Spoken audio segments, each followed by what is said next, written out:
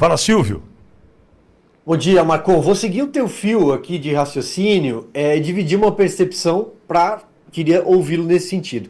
Eu tenho a impressão que o brasileiro politizado, evidentemente ganhou consciência política nos últimos tempos, mas o brasileiro age por pragmatismo.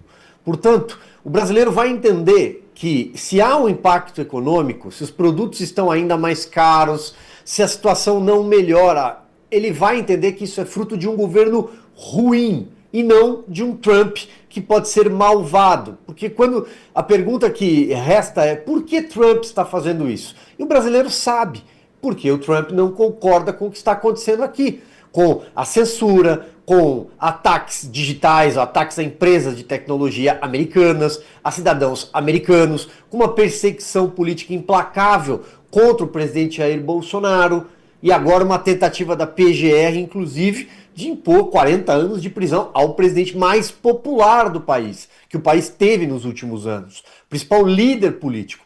Então o brasileiro não vai cair nesse conto do vigário. Eu acho que essas pesquisas foram simplesmente confeccionadas, encomendadas, para conseguir produzir uma manchete de que o governo Lula ganhou algum fôlego com toda essa história. Não sei, essa pelo menos é a minha percepção. Eu acho que o brasileiro entende que o grande culpado, o grande vilão pela situação que a gente vive é o consórcio que está no poder. E esse consórcio precisa sair. Eu acho que essas pesquisas têm só essa função, a função de produzir manchetes de que o governo teria ganhado algum fôlego. Mas suponhamos, Navarro, que o governo ganhou algum fôlego. Primeiro, não foi por uma obra do governo, foi por uma obra estrangeira. O governo não tem nada para apresentar. O governo apresentou uma narrativa no fim de semana. Queria reagir ao Trump. Reagiu como? Se acadelando. Depois de ter gritado, comido jabuticaba e dado uma de João sem braço, como se estivesse tudo bem, as nossas carnes estão parando de ser produzidas, o pescado não está mais embarcando, né? O pessoal da indústria está apavorado, da agricultura está apavorado. Então, de narrativa, não vai se sustentar esse suposto ganho de popularidade. A gente tem um outro problema aqui, que é o seguinte, a incompetência do governo. Ou o brasileiro médio que vai no mercado, quando começar a ver a sua renda diminuir, a inflação aumentar, o que ele vai ver? Ele vai culpar o Bolsonaro ou ele vai culpar o governo que está aí? Como falou o Pitoli antes, tu que é um HD, eu não me lembro de ver em nenhum lugar do mundo que algo prejudique o candidato da oposição que critica o governo quando os preços estão aumentando no mercado. Isso não existe. Então, é o que eu falei no começo aqui. O governo hoje está experimentando a melhora da morte. Mesmo a Quest, o governo Lula tem menos de 30% de aprovação. É um governo que está na UTI e que melhorou porque veio um remédio externo. Mas o corpo dele já está podre. Então, assim, qual que é a nossa perspectiva econômica? Bom, se fala em números, né? A gente tem aí, a CNI divulgou um dado muito preocupante, com a perda de 110 mil empregos com a implementação da taxa de 50%. 110 mil empregos, a gente está falando de menos emprego, menos renda e menos dinheiro na praça, ou seja, pobreza. Essas pessoas vão procurar outros empregos e vão ao não acharem empregos, elas se submetem a empregos inferiores, que é o que acontece quando começa muito desemprego. A gente tem o pior dos cenários, viu, Naval, que é a questão do investimento estrangeiro no Brasil.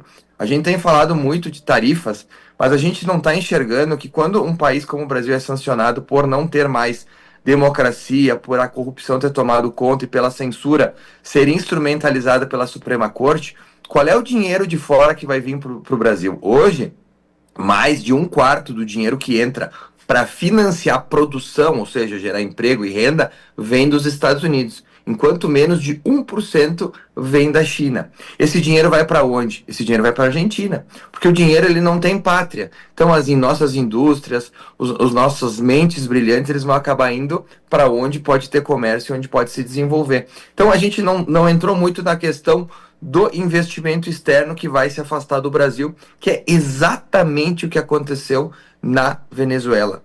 A gente está seguindo exatamente a mesma linha. E eu pergunto para vocês hoje, logo depois das sanções, quando o povo venezuelano começou a empobrecer, a culpa foi de quem?